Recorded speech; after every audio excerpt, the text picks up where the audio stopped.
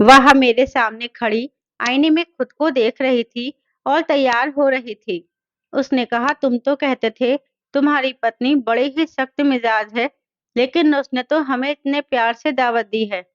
मैंने कहा, दावत? दावत किस चीज की दी है ये तो उसने बताया ही नहीं। तो मेरी दूसरी पत्नी कहने लगी, अरे खाने की दावत होगी, और किस चीज की दावत हो सकती है। हम लोग तैयार होकर उसके कमरे में चले गए। उसने कहा था कि यह दावत उसके कमरे में ही होगी। हमारे कमरे ऐसे नहीं थे कि जहाँ पर सिर्फ बेड पड़ा होता है, बल्कि हमने अपने कमरे में सोफे और टेबल भी लगा रखा था। और इसका मतलब यह था कि हम कमरे में बैठकर खाना खाएंगे, तो यह कोई बुरी बात नहीं थी। वैसे हमारे घर में डाइनिंग टेबल भी था, लेकिन जब जाकर बैठे तो कमरे में खाना तो मौजूद ही नहीं था। उसने हमें बेड पर बैठने का इशारा किया। हम दोनों बेड पर बैठ गए। थोड़ी देर के बाद वह बहुत ही खूबसूरत से कपड़े पहनकर आ गई। ऐसे कपड़े तो वह सिर्फ मेरे सामने ही पहना करती थी। आज मेरी दूसरी पत्नी के सामने भी पहनकर चली आई। उसको देखकर मुझे पुराने दिन याद आ गए, क्योंकि पहली पत्नी हमेशा पहली पत्नी ही होती है, क्योंकि उसके साथ आपने बहुत अच्छा वक्त गुजारा होता है। मैंने अपनी पहली पत्नी से कहा, तुम तो किसी दावत की बात कर रही थी, पर यहाँ तो कोई खाना ही नहीं है। उसने कहा, दावत सिर्फ खाने की तो नहीं की जाती, दावत तो हर चीज की उड़ाई जाती है, और इस कमरे में तो बहुत सारी अच्छी चीजें मौजूद हैं। मैंने कहा, क्या मतलब? मुझे तुम्हारी बात समझ नहीं आई। उसने कहा, तुमने शादी कर ली थी और मुझे बताया तक नहीं था। लेकिन उस दिन गुस्सा करने के बजाय मैंने एक और बात सोची कि जब जिंदगी खूबसूरत बनाई जा सकती है, तो फिर गुस्सा क्यों करना। हम तीनों मिलकर अपनी जिंदगी को इतना खूबसूरत बना सकते हैं कि जितनी किसी की भी नहीं होगी। मुझे मेरी पहली पत्नी की बातें समझ नहीं आ रही थी, लेकिन थोड़ी देर के बाद उसने ऐसी बात की कि हम दोनों ही हैरान रह गए। उसने कहा, आज रात हम तीनों मिलकर ही इस कमरे में। मेरा नाम संजय है। मुझे पैसों की कोई कमी नहीं थी। मुझे मेरे खानदानी कारोबार में से हर महीने मुनाफा मिल जाया करता था, और मैं उसी मुनाफे से अपना भी एक छोटा-सा कारोबार बनाकर बैठा था। मेरे पास पैसों की कोई कमी नहीं थी। अगर मैं कुछ भी ना करता, तो महीने के मेरे घर में लाखों रुपए आते थे, और अगर कुछ कर लेता, तो लाखों से भी ज़्यादा बन जाया करते थे। मेरी एक पत्नी थी जिसका नाम मालिनी था। वह मुझसे 8 साल बड़ी थी और मेरे बाप के दोस्त की बेटी थी। हम दोनों की शादी दोनों दोस्तों के रिश्ते को मजबूत करवाने के लिए की गई थी, क्योंकि कारोबार चल रहा था और हम दोनों के बाप आपस में पार्टनर भी थे। पापा ने सोचा कि दोनों कहीं आपस में झगड़ा ना करे, इसलिए यह शादी करवाने का सोचा। पर दरअसल इस सब में मेरा नुकसान हुआ। शादी के बाद एक हादसे में वह दोनों ही चल बसे, और रह गया मैं और मेरी बूढ़ी पत्नी। जब मेरी शादी हुई थी, तो मैं 21 साल का था और मेरी पत्नी 30 साल की औरत। जब औरत की इतनी साल में शादी होती है, तो समझो उसके पास 10-12 साल रह जाते हैं, और उसके बाद वह 45 क्रॉस हो जाती है। और इस उम्र में तो कोई भी औरत जवान तो नहीं होती। कारोबार के हिस्से हो गए और मेरे जज्बात के भी। मेरी पत्नी मुझसे 8 साल बड़ी थी। मैं यहाँ शादी करना ही नहीं चाहता था, लेकिन सबने समझाया कि वह अमीर है, और फिर कोई बदसूरत औरत नहीं बल्कि बहुत खूबसूरत है। खूबसूरत तो वह बहुत थी, क्योंकि वह लंबे कद की थी, और लंबे कद की औरत खूबसूरत लगती है, और उसके बाल भी काफ़ी लंबे थे। लेकिन ऐसा लगता था कि उसके अंदर कोई जज़्बात ही नहीं है। जब नई-नई शादी हुई, तो हमारी शादी इस तरह से करवाई गई थी कि ज़्यादा धूम-धाम भी नहीं हुई थी। 3-4 दिन हो गए थे, मैंने उसे हाथ तक नहीं लगाया था। एक दिन मैंने कहा कि चलो कहीं बाहर चलते हैं। उसने कहा, कहाँ चलते हैं? मैंने कहा, बस बाजार तक चलते हैं। उसने कहा, मुझे तो बाजार से कुछ नहीं खरीदना। मैंने कहा कि बस ऐसे ही गाड़ी में जाएंगे और घूम फिर के वापस आ जाएंगे। तो कहने लगी कि बिना वजह का मुझे कोई शौक नहीं है। जब कुछ लेना नहीं तो बाजार क्यों जाऊं? अरे मैं तो इस पागल को लॉन्ग ड्राइव पर लेकर जा रहा था कि साथ मिलकर कोई बातें करेंगे, रोमांटिक सा माहौल बन जाएगा, वापस आएंगे तो दोनों का मूड अच्छा होगा। लेकिन उसने कह दिया कि जब शॉपिंग नहीं करनी तो बाजार क्यों जाना। हम दोनों ने तो खाना भी खा लिया है, कॉफी भी पी ली है, अब बाहर जाकर क्यों फालतू का टाइम वेस्ट करना। वह कहते हैं ना कि जब ज़्यादा उम्र हो जाए तो फिर वह एज गैप नहीं बल्कि जनरेशन गैप बन जाता है। और मेरी पत्नी के साथ मेरा जनरेशन गैप वाला मामला था। उसकी पसंद-नापसंद और मेरी पसंद-नापसंद में 8 साल का फ़र्क था। उसे मोहम्मद रफ़ी के गाने पसंद थे और मुझे हिमेश रेशमिया के। समझ नहीं आता था कि किस टॉपिक पर उसके साथ बात करूं। मैं कहता चलो कमरे में बैठकर कोई फ़िल्में देखते हैं, कोई ऐसी मूवी देखते हैं जिसको देखने के बाद हम दोनों के ही मन मचलने लगे। लेकिन वह खबरें लगाकर बैठ जाती थी। मैं उससे पूछता था कि यह क्या कर रही हो? तो पलटकर कहती कि सुनो तो देश में क्या हो रहा है और क्या नहीं। न्यूज़ सुनना तो बहुत ज़रूरी है। वह कब मूवी देखने से न्यूज़ देखने वालों में कन्वर्ट हो गई, शायद उसे खुद भी पता नहीं चला था। मैं बड़ा परेशान था। मैं गबरू जवान था, अच्छा खासा आदमी था, खूबसूरत था, मेरे कुछ जज़्बात थे, पत्नी के पास पैसा था और अब वहाँ पैसा मेरा भी था, क्योंकि उसका बाप दुनिया से चला गया और मेरा भी। तो यह दोनों ही हमारे लिए अपना सब कुछ छोड़कर चले गए थे। इस तरह से देखा जाए तो हम दोनों की ज़िंदगी में बहुत सी चीज़ें एक जैसी थी। मुझे तो इस बात का पता नहीं था कि अगर वह उम्र में ज़्यादा थी और मैं उसके जज़्बात जगाने की कोशिश कर रहा था, तो क्या उसको मुझे देखकर जज़्बात नहीं जागते थे? क्योंकि मैं तो जवान था। बड़ी कोशिश की, बड़ी जतन किए कि किसी तरह वह भी मेरी तरह सोचने लगे, लेकिन फिर मैं थक हार गया। फिर सोचा कि ज़िंदगी है, गुज़र ही जाएगी, लेकिन ज़िंदगी अच्छी नहीं गुज़र रही थी। मेरी पत्नी बहुत सख्त मिजाज औरत थी। उसके अंदर ज़रा से भी जज़्बात नहीं थे। वह हमेशा ऐसे बात करती थी कि इंसान का दिल टूट जाए। एक दिन मैं सीढ़ी से गिर गया। मैंने कहा कि मेरे पैर में बहुत दर्द हो रहा है, क्योंकि मेरे पैर में चोट लग गई थी। मुझे लगा कि वह कहेगी कि मैं आपके पैर दबा देती हूँ, आपके पास बैठ जाती हूँ, आपको अच्छा महसूस होगा। तो उस पर कहने लगी, हाँ, जब बंदा इतनी जोर से गिरता है तो दर्द होता है। चोट लगी है तो दर्द नहीं होगा तो और क्या होगा? वह हमेशा मेरे जज्बात पर पानी फेर दिया करती थी। ऐसा नहीं था कि हमारे ताल्लुकात नहीं थे, लेकिन ताल्लुकात ना होने के बराबर थे, क्योंकि उसके अंदर कोई एहसास ही नहीं था।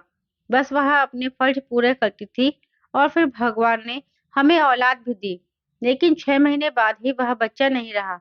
डॉक्टर ने कहा कि आपकी पत्नी को हार्मोनल का प्रॉब्लम है। मैंने कहा कि हाँ, यह बात तो मुझे आपके बताने से पहले ही पता है। तो मेरी पत्नी ने भी मुझे अजीब नज़रों से देखा और डॉक्टर ने भी। मैंने कहा कि मैं तो अंदाज़ा लगा रहा था। इसके बाद भगवान ने हमें औलाद नहीं दिया। अब मेरी पत्नी के साथ मेरी शादी को 5 साल गुजर चुके थे। मेरे दोस्त मुझसे कहने लगे कि तुम दूसरी शादी क्यों नहीं कर लेते? मैंने कहा तुम्हें नहीं पता कि हम किस देश में रहते हैं, तो मैं आराम से दूसरी शादी कैसे कर लूं? वह कहने लगा कि आराम से तो नहीं होगी और वह किसी भी समय पुलिस को बुलाकर बता भी सकती है कि तुमने एक बीवी के होते हुए दूसरी शादी की है। लेकिन अगर वह ऐसा करेगी तो बदले में उसका ही नुकसान होगा। वह उसे छोड़ देगा और दूसरी वाली से कानूनी तौर पर शादी कर लेगा। इसलिए अगर तुम उसकी मौजूदगी में दूसरी बीवी को लाते हो तो वह कुछ दिन हंगामा कर सकती है, लेकिन फिर सब्र कर लेगी। देखो अब उसकी उम्र 40 साल से ऊपर होने वाली है। ज़ाहिर है उसके अंदर भी कुछ नहीं बचा। वह भी सब्र कर लेगी और कहेगी, चलो ठीक है, जैसा भी है और तुमने अपने बाप की बात मान ली। उनकी इज़्ज़त बचाने के लिए तुमने इतनी बड़ी कुर्बानी दे दी। अब क्या तुमने आखिरी सांस तक कुर्बानी देनी है? ये कहाँ लिखा है? तुम्हारे पास पैसे हैं, दौलत है, घर है, गाड़ी है, तुम्हें किस बात की दिक्कत है? और फिर पहली शादी तो तुम्हारी मजबूरी में करवाई गई थी, तुमसे पूछ कर तो नहीं करवाई थी। तुम आराम से दूसरी शादी कर सकते हो। मैं हमेशा अपने दोस्तों की बात टाल देता था, क्योंकि मुझे पता था कि मेरी पत्नी को अगर पता चल गया कि मैं दूसरी शादी के बारे में भी सोच रहा हूँ, तो वह मुझे ऐसी दवा दे देगी कि जिससे मुझे सपने ना आए, ताकि मैं सपने में भी दूसरी शादी के बारे में ना सोच सकूं। एक दिन मजाक में उससे बात कर बैठा तो उसने कहा था कि यह सब कुछ तुम्हारे बाप का नहीं, मेरे बाप का बनाया हुआ है। दूसरी शादी की तो सब कुछ लेकर साथ चली जाऊंगी, क्योंकि प्रॉपर्टी के हम दोनों ही हिस्सेदार थे। मेरे ससुर का और कोई बेटा या बेटी नहीं था, एक बेटी ही थी, इसलिए उन्होंने उसे अपना वारिस बनाया था। मेरी पत्नी के पास 70% पार्टनरशिप थी और मेरे पास सिर्फ 30%। ऑफिस में भी और घर में भी मैं बुरी तरह से फंसा हुआ था। मैं वह बंदर था जिसे न सिर्फ पिंजरे में कैद करके रखा गया था, बल्कि पिंजरे के अंदर लगे हुए पेड़ के साथ रस्सी से बांधा भी गया था। लेकिन फिर कहते हैं ना कि जिस चीज को जितना दबाया जाए वह उतना ही बढ़ जाता है। एक दिन मुझ में हिम्मत आ गई। मुझे एक लड़की मिल गई जिसका नाम सलोनी था। वह बहुत ज्यादा खूबसूरत थी और फैक्ट्री में नौकरी करने के लिए आई थी। वह रिसेप्शन पर खड़ी होती थी, आते जाते मुझे देखती थी। मुझे भी वह अच्छी लगती थी। मेरे दिल में यह ख्याल आया कि पाप करने से अच्छा है कि इंसान शादी कर ले, और अगर मेरी पत्नी ज्यादा गुस्सा करेगी तो मैं कह दूंगा कि मेरा हक है, और फिर निकालती है कारोबार से तो बेशक निकाल दे। मेरे बाबा और उसके बाबा ने इतने पैसे कमाए थे कि अगर मुझे 30% हिस्सा भी मिलता तो मेरे साथ कोई बुरा मामला नहीं होता। ये है कि अगर मैं ज़्यादा लालची बनता तो यह बहुत बड़ा पाप होता। लेकिन वह अगर मुझे इस उम्र में छोड़ देती तो उसे कौन मिलता? उसकी उम्र तो पहले ही मुझसे ज़्यादा ज़्यादा थी। इसलिए मुझे नहीं लगता था कि वह मुझसे तलाक की मांग करेगी। हाँ, लेकिन इतना पता था कि वह बहुत बातें सुनाएगी, माथा फोड़ेगी और चीखेगी चिल्लाएगी। वो औरत मुझे पसंद भी नहीं करती थी, मेरी इज्जत भी नहीं करती थी, मेरे साथ अच्छे से रहती भी नहीं थी और उससे मुझे औलाद भी नहीं होने वाली थी। तो फिर मैं इसके साथ क्यों बैठा था और यह सब कुछ क्यों बर्दाश्त कर रहा था? इंसान सारी जिंदगी किसी चीज से डरता है, लेकिन एक दफा जो फैसला कर लेता फिर उसे किसी से डर नहीं लगता। और मेरे साथ भी यही हुआ था। मैं सुबह से गायब था। दोपहर में मैंने सोनाली से शादी कर ली। मैंने उससे कहा कि तुम्हें मेरे घर में ही रहना होगा, बल्कि मैं चाहता हूँ कि तुम घर में ही रहने का सोचो, क्योंकि मैं दो दो घरों के खर्चे को अफोर्ड नहीं कर सकता हूँ और ना ही अपना आना जाना कर सकता हूँ। मुझे पूरा कारोबार भी संभालना होता है। उसने कहा कि तुम अपनी पत्नी के बारे में मुझे इतना डरा चुके हो, वह तो मुझे देखते ही खा जाएगी। मैंने कहा कि फिर गलती भी तो हमने की है, तो फिर नतीजा भी हम साथ ही भुगत लेंगे।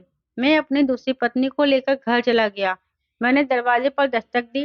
रात का वक्त था, नौकर तो सो चुके थे, इसलिए मालिनी ने दरवाजा खोला।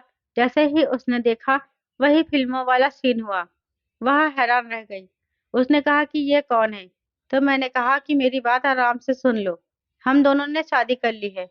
जब मैंने यह बात की तो मालिनी ने सलोनी को सर से लेकर पांव तक देखा। पहले कहा अति सुंदर, और फिर दो पल को खामोश हो गई। वह पीछे हट गई, यानी हमें अंदर आने का रास्ता दिया। हम दोनों अंदर दाखिल हो गए। मुझे लगा कि अभी मालिनी जाएगी और कोई चीज उठाकर लाएगी जिससे वह मुझे जान से मार दे, लेकिन वह सोफे पर बैठ गई। उसने कहा खाना खाकर आए हो क्या? हमने कहा कि हाँ, खाना तो हमने खा लिया था। तुमने खाया? तो उसने कहा कि हाँ, मैंने भी खा लिया। मुझे लगा तुम किसी काम में फंस गए हो, सुबह आओगे। अच्छा ठीक है, मैं सोने के लिए जा रही हूँ। अब तुम लोग बच्चे तो हो नहीं, और ना ही मैं इस घर की बड़ी हूँ। मैं तो खुद यहाँ की बहू हूँ। ना तो मैं आरती लेकर तुम लोगों का स्वागत कर सकती हूँ और ना ही गृह प्रवेश करवा सकती हूँ।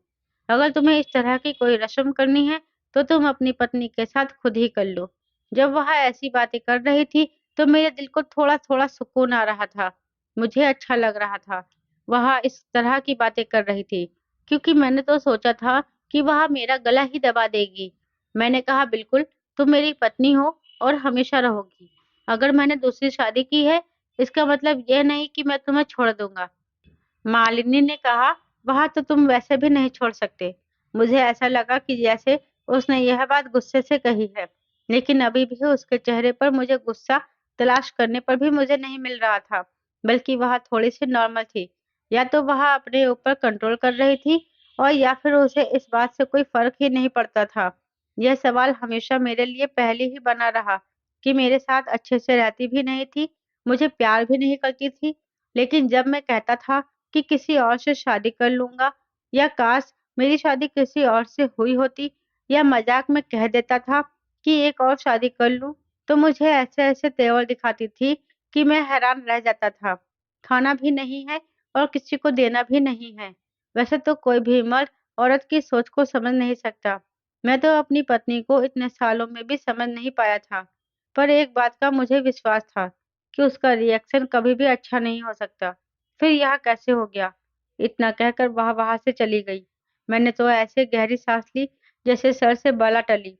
मुझे लगा था कि वह बहुत गुस्सा करेगी, लेकिन उसने कुछ भी ना किया।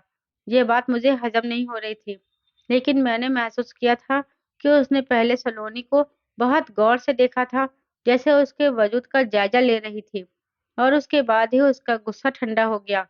सलोनी भी उसी तरह की खूबसूरत थी, लंबे कद की थी, दुबली-पतली थी। मेरी दोनों पत्नियों का ही वजूद बहुत खूबसूरत था, कोई भी मोटी नहीं थी। मुझे मोटी औरतें पसंद नहीं थी। हो सकता है उसने यह सोच लिया हो कि यह औरत भी बड़ी हसीन और खूबसूरत है। यह ना हो कि अगर मैं इससे पंगा लूं, तो यह मेरे पति को हमेशा के लिए ही दूर कर दे। यानी उसने जज्बात से नहीं, बल्कि अकल से काम लिया था। मेरी दूसरी पत्नी ने कहा, जाओ जाकर चेक करो, वह वाकई अपने कमरे में चली गई है? तो मैंने कहा, हाँ, कमरे में भी चली गई है और उसने दरवाजा भी बंद कर लिया है। हम दूसरे कमरे में सो जाते हैं।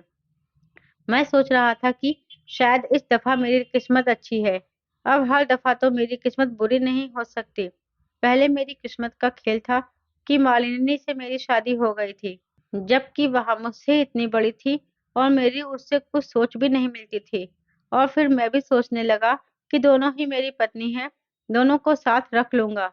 मुझे किसी को छोड़ने की क्या जरूरत है? मालिनी ना सिर्फ मेरी पत्नी थी, बल्कि मेरी दोस्त भी तो थी। मैं उसके साथ कुछ बुरा नहीं करना चाहता था। बाबा ने हमारी शादी इसलिए करवाई थी ताकि हमारा रिश्ता एक मिसाल बने, और मैं उसके साथ कोई भी जुल्म करने के मूड में बिल्कुल भी नहीं था। मैंने कहा, बस उसने भी हमें कबूल कर लिया और अपनी दूसरी पत्नी को भी समझा दिया कि वह भी मालिनी के साथ कोई बदतमीजी ना करे। अगर बात लड़ाई तक भी पहुंच जाए तो वह खामोश रहे, क्योंकि वह छोटी है, और जब मैं आऊंगा तो फिर आकर मामला सॉल्व कर दूंगा। मेरी पत्नी वैसे तो डरी हुई थी, लेकिन अब मालिनी को देखकर वह भी जरा रिलैक्स हो गई। उसने कहा, जितना तुमने कहा था, इतनी भी बुरी नहीं हूं मैं। कम से कम उसने कोई बात तो नहीं की, वरना कोई और होता तो बहुत सवाल खड़ा करता। अगर उसकी जगह कोई और सामान्य सी औरत होती, तो वह भी बहुत शोर मचाती। यह तो फिर भी एक अमीर औरत थी, उसके पास पैसा था, यह ज्यादा पैसों की मालिक थी। उसका मुझ पर रौब भी बहुत ज्यादा था, और उसे पता था कि मैं कहीं न कहीं उससे डरता भी हूँ। फिर भी उसने कोई ऐसी बात नहीं की। ये बात मुझे हजम तो नहीं हो रही थी, लेकिन अगर उसे गुस्सा आता, तो वह इतनी आसानी से कंट्रोल नहीं कर सकती थी। मैंने उसे छोटी बातों पर चीखते-चिल्लाते सुना था। वह कहती थी कि मेरा बीपी हाई हो जाता है, और जिसका बीपी हाई हो जाता है, अब वह गुस्सा कंट्रोल नहीं कर सकता। पर उसने गुस्सा नहीं किया था, तो इसका मतलब कोई गुस्सा आया ही नहीं था। मुझे अपनी पत्नी का रवैया भी समझ नहीं आया था, लेकिन सुबह ऐसा मंजर देखा कि मैं हैरान रह गया। सुबह-सुबह जब टेबल की तरफ देखा, तो आंखें खुल गईं। इतना अच्छा नाश्ता तो उसने मेरे लिए कभी ना बनाया। वह हमें कमरे में बुलाने के लिए भी आई थी। उसने कहा, आकर नाश्ता कर लो। कुछ नाश्ता उसने खुद बनाया था और कुछ बाजार से मंगवाया था, यानी कि अच्छा खासा खर्चा किया था। मैंने कहा, यह सब क्या है? तो उसने कहा, क्यों? जब किसी की शादी होती है, तो अगले दिन तो इसी तरह का नाश्ता होता है।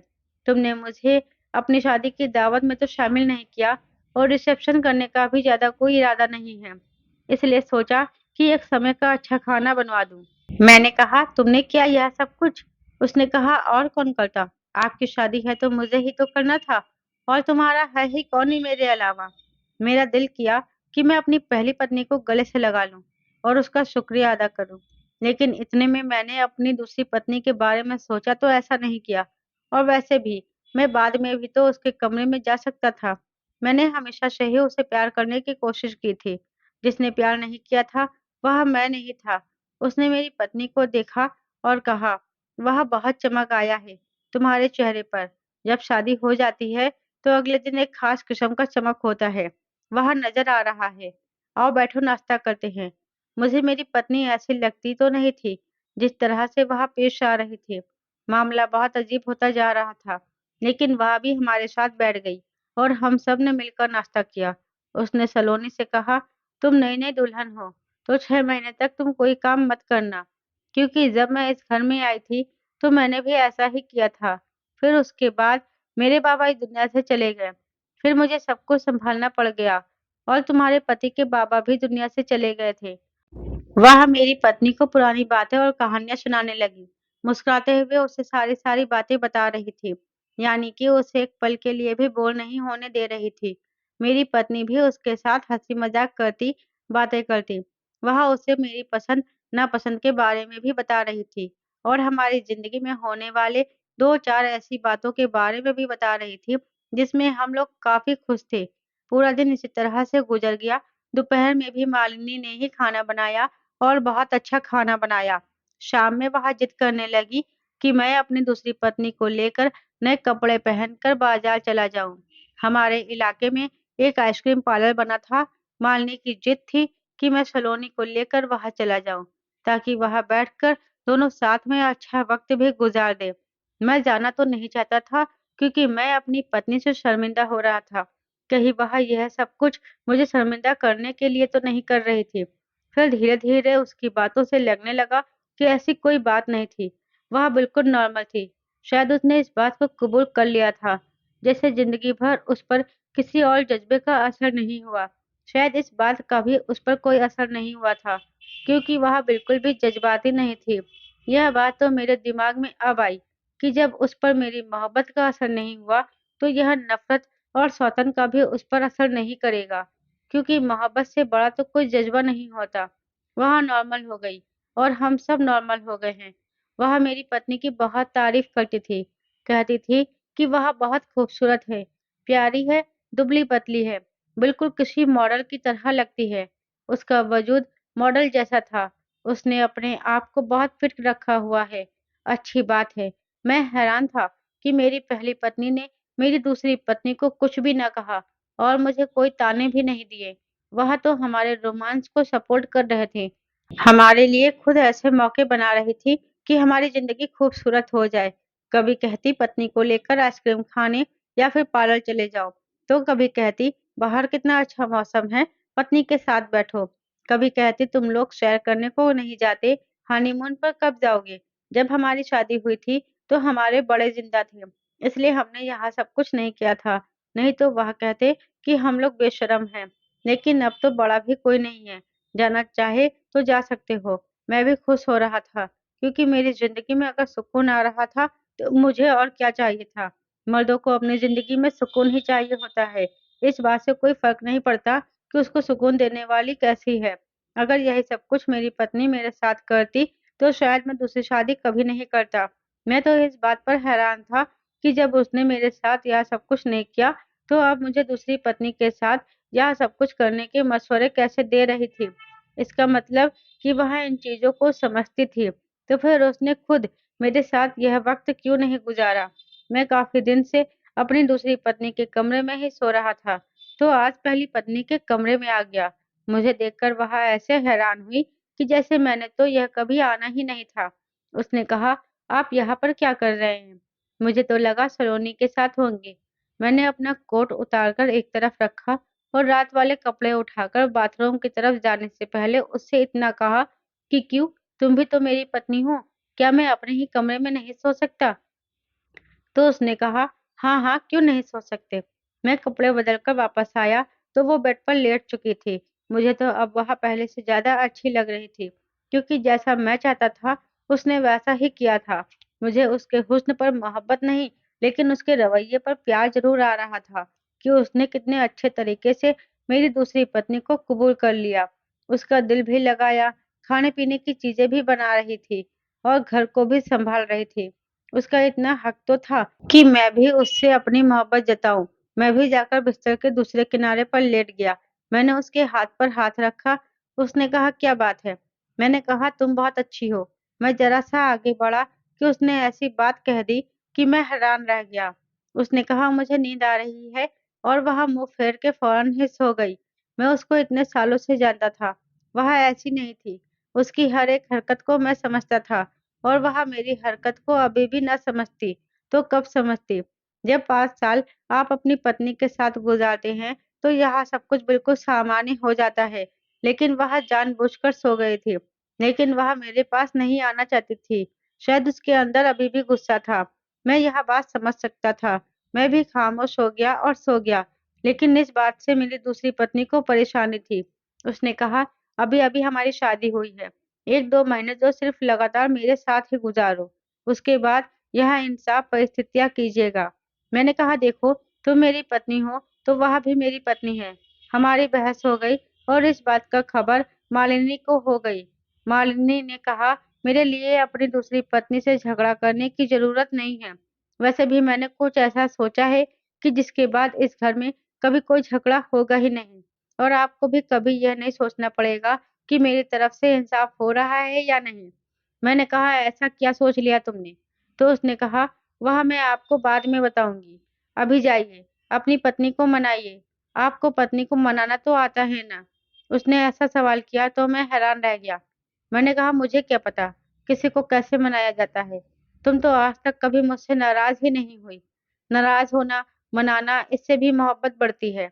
हमारे बीच कभी यह ताल्लुक था ही नहीं, या यूँ कह लो कि तुमने बनाया ही नहीं। मैं जाने क्यों शिकवा कर बैठा। शायद रात वाली बात से परेशान था। जो रवैया उसने मेरे साथ किया, वह मुझे बहुत अजीब लगा था। मर्द को ठुकराया जाना बिल्कुल भी पसंद नहीं होता। उसने कहा, हमारा ज़माना कुछ और था और मैं आपसे उम्र में बड़ी भी तो थी। वह तो आपकी हम-उम्र है। उसके दिल में जज़्बात होंगे। आप उनकी कदर करें। वह मुझे तो समझा रही थी, लेकिन मेरे जज़्बात की उसने कभी कदर नहीं की थी। उसके बाद मैं उसके कमरे में नहीं गया। सलोनी के साथ मेरे दिन अच्छे गुज़र रहे थे। वैसे भी शादी के शुरू के दिन तो अच्छे ही गुज़रते हैं। उसके बाद आपकी किस्मत अच्छी हो, तो दिल भी अच्छे होते हैं। नहीं तो सब कुछ बदल जाता है। सलोनी भी मेरे साथ खुश थी। फिर उसके बाद कुछ ऐसा हुआ कि जिसके बाद हम सब की ज़िंदगी बदल गई। एक दिन मेरी पहली पत्नी सुबह से ही कहीं दिखाई नहीं दे रही थी। नौकर ने बताया कि वह बाज़ार गई है। कह रही थी कि पार्लर जाना है। मैं हैरान था कि मेरी पत्नी पार्लर गई है। उसने तो सिवाय अपनी थ्रेडिंग करवाने के अलावा कभी कुछ नहीं करवाया था। उसे अपना ख़्याल रखने की आदत ही नहीं थी। लेकिन यह भी सच है कि बिना ख़्याल रखे ही वह सबसे ज़्यादा खूबसूरत लगती थी। शायद यह इंसान की फ़ितरत है कि जो उसे ठुकराता है, वह उसी की तरफ खिंचा चला जाता है। मैं फिर से अपनी पहली पत्नी की तरफ खिंचा चला जा रहा था। वह मुझे जितना ठुकरा रही थी, जितना नज़रअंदाज कर रही थी, मैं हमेशा उसी के बारे में सोचता रहता था। रात हुई तो मैं और सलोनी अपने कमरे में बैठे थे और मैं शायद दरवाज़ा बंद करना भूल गया था। सलोनी ने कहा, क्या बात है? आज मुझसे दूर-दूर क्यों हो? क्या हो गया है? मालिनी ने कोई बात की है क्या? मैंने कहा, वह बात ही तो नहीं करती। दूर हो गई है मुझसे। सलोनी ने कहा, दूर हो गई है? तो क्या हो गया? मैं तो हूँ ना आपके पास। मैंने कहा, ऐसी बात नहीं है। मैंने तुमसे शादी इसलिए नहीं की थी कि मैं अपनी पहली पत्नी को छोड़ दूँगा। मुझे तुम दोनों से मोहब्बत है। सलोनी इस बात पर खामोश हो गई। उसने कहा, आप मर्दों की तो समझ नहीं आती। पहले तो आप कहते थे कि मेरी पहली पत्नी मेरा ख्याल नहीं करती, मुझसे कोई बात नहीं करती, इसलिए मुझे तुमसे मोहब्बत हो गई है। और अब मैं आपकी ज़िंदगी में आ गई हूँ, तो आपको फिर से उससे मोहब्बत हो गई है। अभी हम यही बात कर ही रहे थे कि सामने का मंज़र देखकर मैं हैरान रह गया। मालिनी कमरे में दाखिल हुई। उसने कहा, मेरे कमरे में आ जाओ, आज तुम लोगों की दावत है। हम हैरान हुए। हमने कहा, इस वक़्त? उसने कहा, क्यों आधी रात में लोग दावत नहीं करते? तो हमने कहा, ठीक है, तुम जाओ, हम आ रहे हैं। हम दोनों उसके कमरे की तरफ जा रहे थे और सोच रहे थे कि आधी रात को उसने ऐसा क्या पकाया होगा जिसके लिए वह बुला रही थी। वैसे सर्दियों का मौसम था, हमें लगा कि शायद उसने सूप बनाया होगा। लेकिन जब हम कमरे में दाखिल हुए, तो कमरे में खाने-पीने की कोई भी चीज़ नहीं थी। लेकिन सामने का मंज़र कुछ अजीब-सा था। मालिनी बिस्तर के ऊपर बैठी थी। मैंने उससे पूछा, क्या बात है? क्योंकि उसने कपड़े भी अजीब से पहने थे और आज वह पार्लर भी गई थी। वह बहुत ज़्यादा खूबसूरत भी लग रही थी। उसने कहा, मैं चाहती हूँ कि हम दोनों अपनी ज़िंदगी का मज़ा उठाएँ। उसके बाद उसने 2-4 बातें ऐसी की कि उसका नज़रिया क्लियर हो गया। लेकिन मैं हैरान रह गया कि वह यह कैसी बातें कर रही थी। मैंने सलोनी की तरफ देखा, मुझे इस बात से कोई दिक्कत नहीं थी। उसने कहा, इससे पहले हम तीनों कोई फैसला करें, एक गिलास गरम-गरम दूध पी लेना चाहिए। उसके एक तरफ जग रखा हुआ था, जिसमें गरम-गरम दूध था। मुझे उसकी बात अच्छी लगी या बुरी, इस बात का मैंने ज़िक्र नहीं किया, लेकिन मैंने सलोनी से कहा, दूध पीते हैं, उसके बाद सोचते हैं।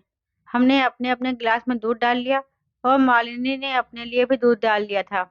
जब हमने दूध पी लिया, तो मालिनी ने हमें ऐसी बात बताई कि हमारे कदमों तले से ज़मीन निकल गई। उसने कहा, तुमने मुझे क्या समझ रखा है? मेरे बाप की दौलत पर राज करते रहे, मेरी ज़िंदगी के कितने सारे साल बर्बाद किए। तुम्हारी वजह से, तुम्हारे नसीब की वजह से मुझे औलाद नहीं हुई और अब मेरे सामने मेरी सौतन को लाकर खड़ा कर दिया। तुम्हें क्या लगता है कि मैं उसकी पूजा करूँगी? इस दूध के अंदर मैंने ज़हर मिला दिया है। अब तुम दोनों एक साथ मरोगे और मैं खुद भी मर जाऊँगी। तुमने मुझे बहुत गलत जज किया सूरज। मैं तो वहाँ हूँ कि जो ना खेलूंगी और ना खेलने दूंगी। हम यह बात सुनकर हैरान रह गए, क्योंकि दूध पी चुके थे। मैं इधर-उधर भागा। सबसे पहले मालिनी खुद ही बेहोश हो गई और उसके बाद सलोनी की तबीयत भी खराब रहने लगी। इतनी देर में मैंने इमरजेंसी वालों को कॉल कर दिया और कॉल पर ही सब बता दिया कि मामला क्या हुआ है। वहाँ लोग आ गए। उन्होंने वक्त पर हमें ट्रीटमेंट दिया, उल्टियाँ करवाई। मालिनी की तबीयत बहुत ज़्यादा खराब थी, जबकि सलोनी और मेरी तबीयत इतनी खराब नहीं थी। हम लोग जल्दी ठीक हो गए, जबकि उसे ठीक होने में 1 हफ्ता लगा। उसके बाद उसने मुझसे तलाक ले लिया और मुझसे अलग होने के बाद अपनी सारी दौलत लेकर बाहर चली गई। अब मेरा और सलोनी का मुश्किल से ही गुज़ारा होता है। बस जो कमाते हैं, खा लेते हैं। मेरा कारोबार भी डूब गया है। सलोनी के यहाँ बच्चा भी होने वाला है और हमारे खर्चे भी बढ़ने वाले हैं। मैं हैरान हूँ कि जिस औरत को मोहब्बत की कदर ही नहीं थी, उसने मुझे बेवफ़ाई करने की इतनी बड़ी-बड़ी सज़ा क्यों दी? और हमारी किस्मत अच्छी थी कि हम में से किसी की भी तबीयत ज़्यादा नहीं खराब हुई थी, क्योंकि मैंने फ़ौरन ही इलाज करने वालों को बुला लिया था और वहाँ हमें डॉक्टर के पास ले गए थे। अब आप लोग बताएँ कि जो मैंने किया वह ठीक किया या नहीं? और यह सब में सबसे ज़्यादा गलती किसकी है? दोस्तों, उम्मीद करती हूँ आपको मेरी कहानी पसंद आई होगी। कहानी पसंद आई है तो वीडियो को लाइक और शेयर करें।